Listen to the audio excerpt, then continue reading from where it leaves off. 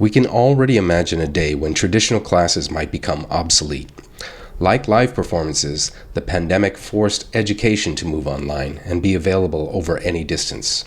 But as simple as that sounds, for organizations like Chickenshed that offers programs designed for children and youths with mixed abilities, there are some very unique challenges. Specifically, how to teach movement to a child that has limited mobility, or how to help a child that is nonverbal feel included in a classroom. My guest in this episode, Elaine Finkletaub, talks about how Chickenshed has remained unbreakable in its mission to make creative activities, self-expression, and performance available to anyone who has a desire, no matter what their background or circumstances. Not only was this an inspiring story to hear, but I think there's a lot that educators of every type can learn from this small theater company. So let's get into it. Here's Elaine. Elaine, how are you doing? I'm good, thank you. How are you? I'm doing fine. What time is it where you're at right now? It is just gone 3 o'clock, 3:05 in the afternoon. Okay, fantastic. Good. Let's start with this. I'm really kind of curious to know how you got the name Chickenshed. Can you tell me a little bit about that? Yes, definitely. So Chickenshed started in the UK about just over 45 years ago as a sort of after-school little music group that parents could take their children to. And they very soon outgrew the church hall that they were hosting the little program from. And the founders, Joe Collins and Mary Ward, happened to know a lady with that had, she was a lady and she had a huge manor house and she had a lot of land. And on it was what Americans call a chicken coop. And we call a chicken shed. And so she said to them, you can use this space.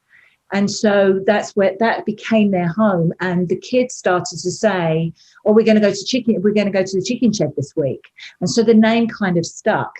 And a few years later, when they'd sort of outgrown that and they were looking to have their own building and their own theatre, they decided to keep the name. And so that's what they did. So that's how the name started, because it literally did start in a chicken coop. Okay, interesting. That's an interesting story. So your operation is based out of UK and now expanded into the US. How long has it been in the US? So basically what happened was I was in the UK and with my kids were growing up and my husband, and my kids went to Chickenshed. That was their after school theatre program that they went to for many years. And I was a volunteer there, and my kids were in their shows and in their performances and all that kind of thing. And then in 2016, my husband came home and said, I've been offered a job in New York and I think we should relocate to New York. And I was like, well, how am I going to leave Chickenshed? And he said, I don't know, but it's a job in New York. And I said, okay, well, if I can't find Chickenshed out there for the kids, then I'll just take them with me and I'll start it. And everyone thought I was mad, including the people in Chickenshed in the UK. But I got here and I realised when I got here and I started looking around for an inclusive theatre programme for my kids to join, that there wasn't anything quite like Chickenshed. There were programmes, absolutely for kids of all kinds, but they were either geared towards a certain type of disability or geared towards no disability at all. There wasn't something where all the kids sort of hung out together. And then my daughter came home, the school that she was going to go to, she came home and said that they were given a reading list. And would I go with her to the bookstore and buy a book? And it was an autobiography. And we went to the bookstore and we were looking around for a children's book. She was 9 at the time, going on 10. And I found this book called This Kid Can Fly. And it was a story of a kid that had been born in Antigua and he'd been born with cerebral palsy and there was no resources there for him. So his dad, medical or anything. So his dad had brought him to Manhattan, left his mum there and brought him to Manhattan to get some help and some services. And it was this biography of this kid, this autobiography. He wrote it when he was 15 with the help of somebody. And it was just his story. And I was reading it to my daughter and walking around the apartment crying, going, okay, well, if I was going to do Chickenshed for you, I'm now going to do it for this kid. I mean, there doesn't seem to be any of these sorts of programs. And so fate took a hand and I spoke to a lady from the UK who had brought Matilda to the Broadway stage. She was the head of the Royal Shakespeare Company, and they had mounted Matilda in the UK. And she said to me, I showed her my idea, and she said, you absolutely have to do this. And I talked to Chickenshed in London, and they said, well, we have no money to give you, but if you find the money to fund it and you want to do it, we will help you. And so Vicky introduced me to a gentleman called Elliot Fishman, she'd worked with on Matilda, that was based in America. And he came round to my apartment. I'll never forget it. And I had the book out, and I was going to show him everything and like try and sell him Chickenshed. And he walked in and said, there's the book, that's the 40-year-old history. He said, no, I've done some research on this. He said, I want to do it with you. I can't see anything like this in America at the moment that's quite like this. So together, what we did over the next 18 months was mount a pilot workshop week where we enlisted, we found a creative team, and that's a whole other story here. We talked to the UK, we looked for ways to raise the money, and then we brought 13 people from the UK, teaching artists, and actually the founder as well. And we brought them out here, and they worked with our teaching artists, and we took 120 kids from various places, and over 4 days after school, in an hour and a half for each sort of group of kids, we rehearsed them and then put them on the stage at Symphony Space in Manhattan to an audience of 600 to show what it was like to have a Chickenshed performance and what that entailed. And so we could show exactly the methodology and how we work. And then from that was in the April 2018. And then from that, it took many months to sort of find a home and all that kind of stuff. And then we started programming for preschool age children in September 2018. And we added our players program, which is for kids 5 upwards, in the following year, September 2019.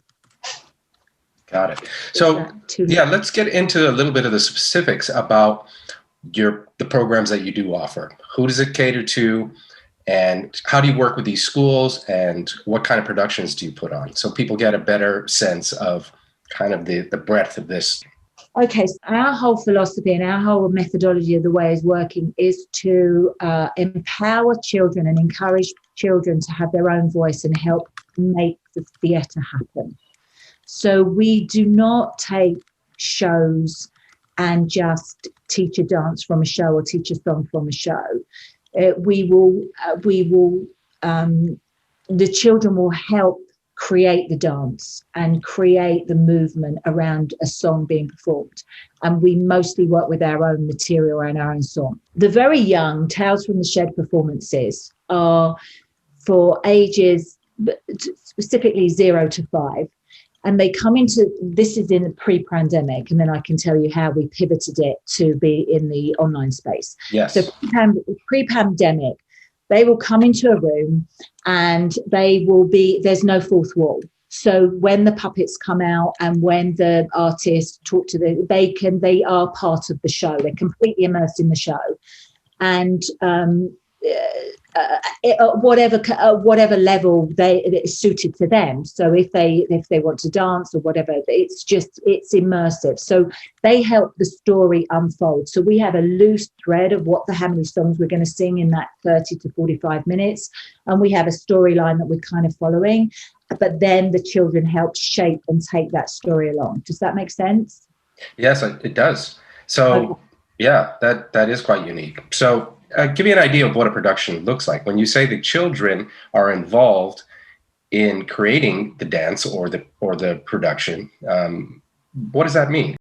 When you get to Chickenshed Players program, which is the workshop program for kids to 5 upwards to sort of adulthood, that is about, we will have a theme say, like what's going on, right? So our theme for September.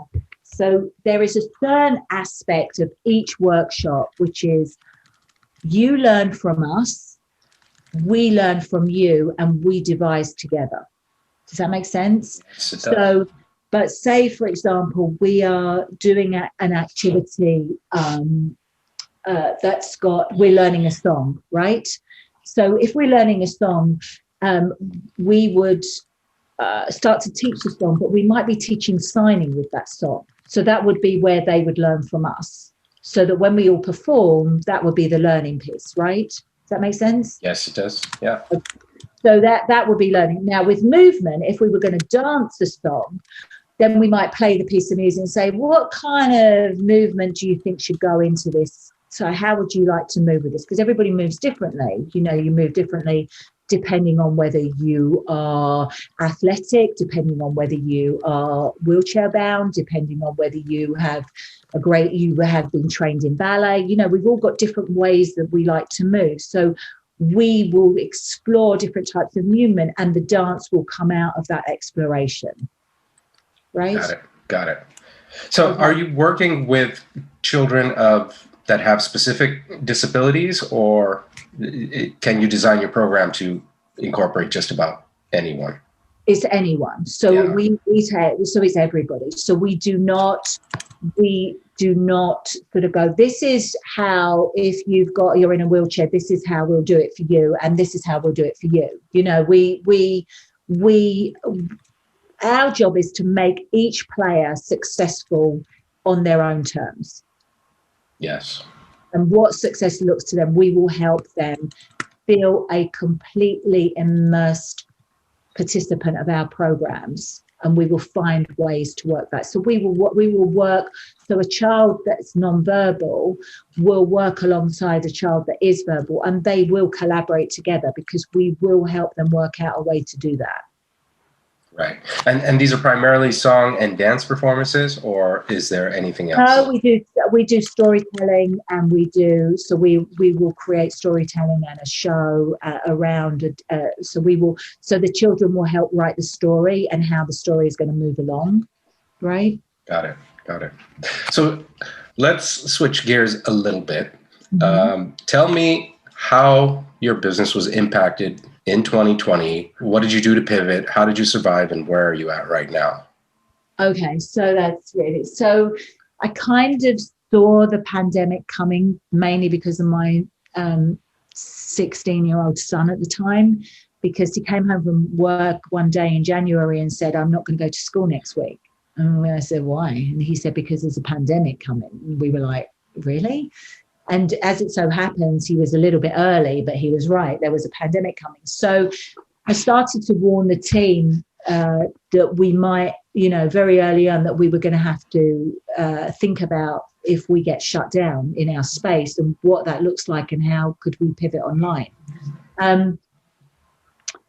So they shut our doors for us on the 13th of March. And it was like, okay, this is interesting.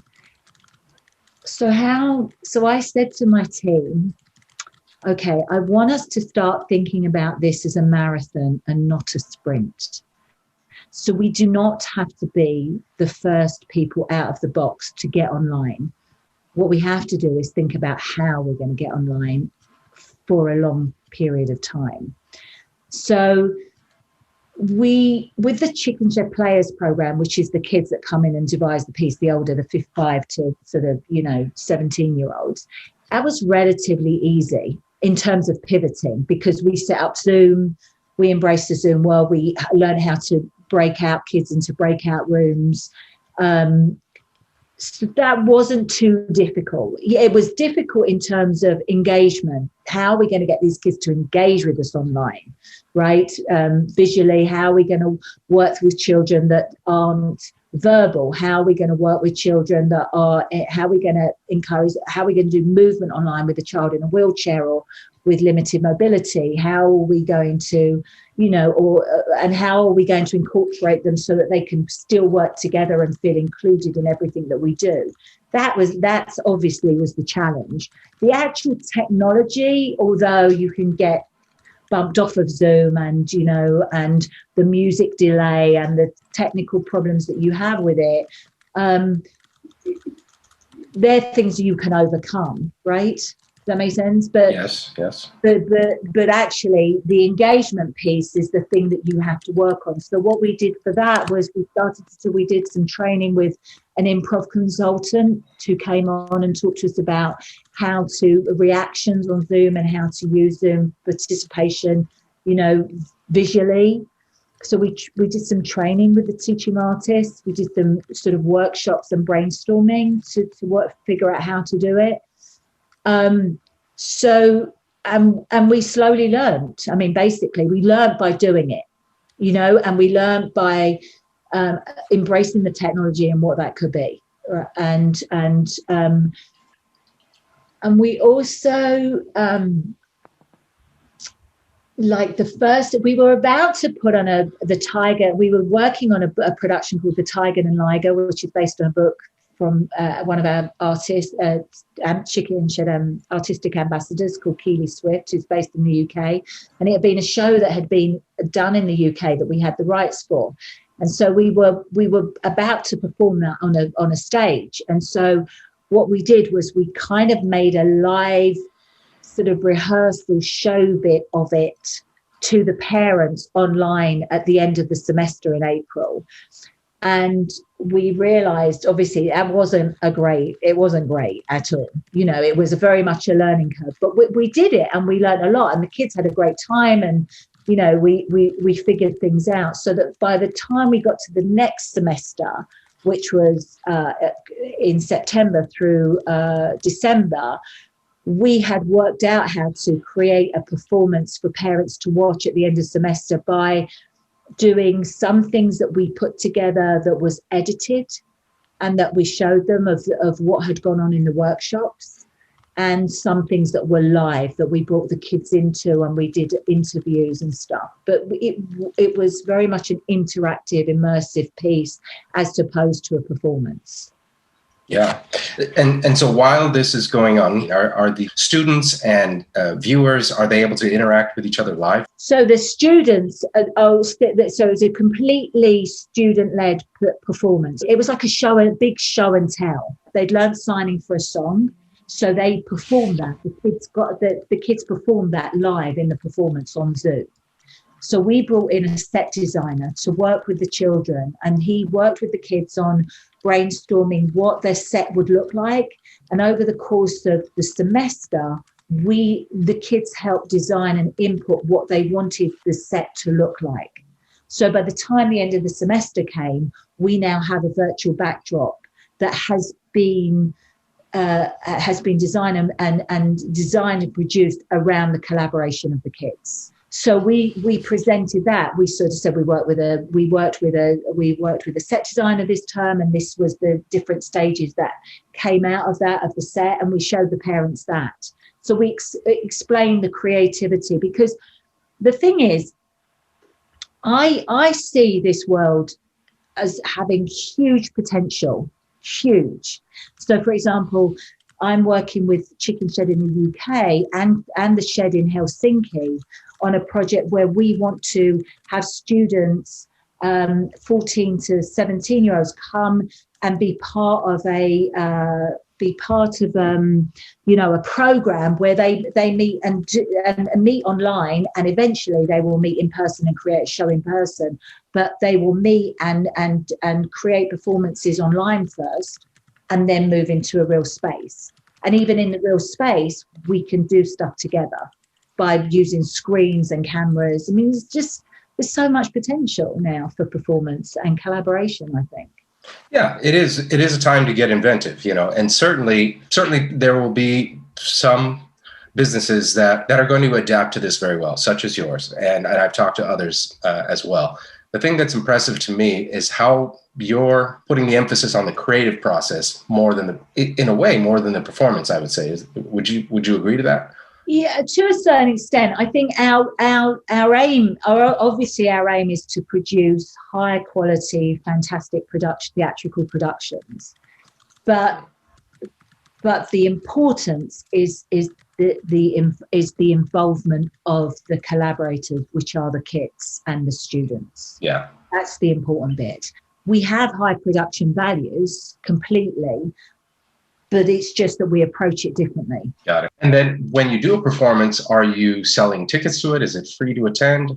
How do people find out about it and become involved? So when we do it in an actual in person in a space, then we would sell tickets, and then it's open to anybody. And eventually, what I want to do as well is what the UK does, which is invite schools to see performances. You know, they bring in classes and kids from schools in that run I spoke about earlier, from November to December. There are schools that actually turn up and take over the whole theatre as the audience to watch a show during the day. So that I would love to do that too. The ones that we do online at the moment, obviously, I only have the parents and people that are interested who come and see, but we haven't charged for those at the moment. Right. So how do you think this online business model, how long do you think you'll be able to sustain what you do and the effectiveness of your program if it takes a year or two still for audiences to be comfortable and able to go out and see live performances? So I actually think more the other way, that I think that we will always be online in some capacity now, especially if we can reach different parts of America, you know, which we are doing. So we've got kids now participating from California and Chicago in the online program. So I see that even when we can go back into a live in-person space, I'm looking at ways of hybrid programming and keeping some aspect of this, because I think it's got great potential. Right. Well, absolutely, it does. Yeah. There's something magical about what we do when you see those kids on stage, you know, and giving it their all and feeling really part of it, you know, on their own terms. That's a great thing, you know, and singing songs and signing and just moving in a way that is comfortable and feels good. It's very powerful. Oh, yeah. Our main mission this year is to grow our numbers. That's it. That's what we want to do, is grow our numbers and make this more accessible and available for kids, you know, in person and online. We have, you know, players program that sort of starts in April. You know, we're in one now, and you can try a class now this whole semester, like just come and try a class. And then obviously we're going into programs, but it's really about, you know, check us out really and help us grow our numbers, you know, so that'd be part of what we're trying to do. That's what I want to get across. The only thing I'm trying to sell is participation from the kids, like having the kids, because the bigger we are, the better we are as a community. Got it. Yeah. So it's just about letting people know this resource is here. It's available to you wherever you are. You're also a 501c3. So if anyone just wants to support you directly, they can make a donation directly on your website. What is the best way to contact you? You can please come to our website. It's chickenshednyc.org. And you can contact me at elaine@chickenshednyc.org. Fantastic. Thank you, Elaine. You have a great afternoon. You too. Thank you so much. Cheers. Okay. Bye-bye. Thanks. Bye-bye.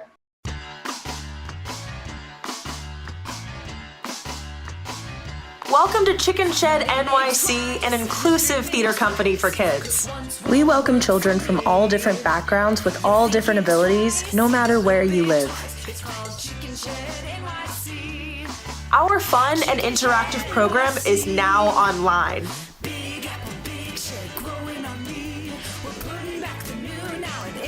At Chickenshed Players, we sing, dance, sign, create together.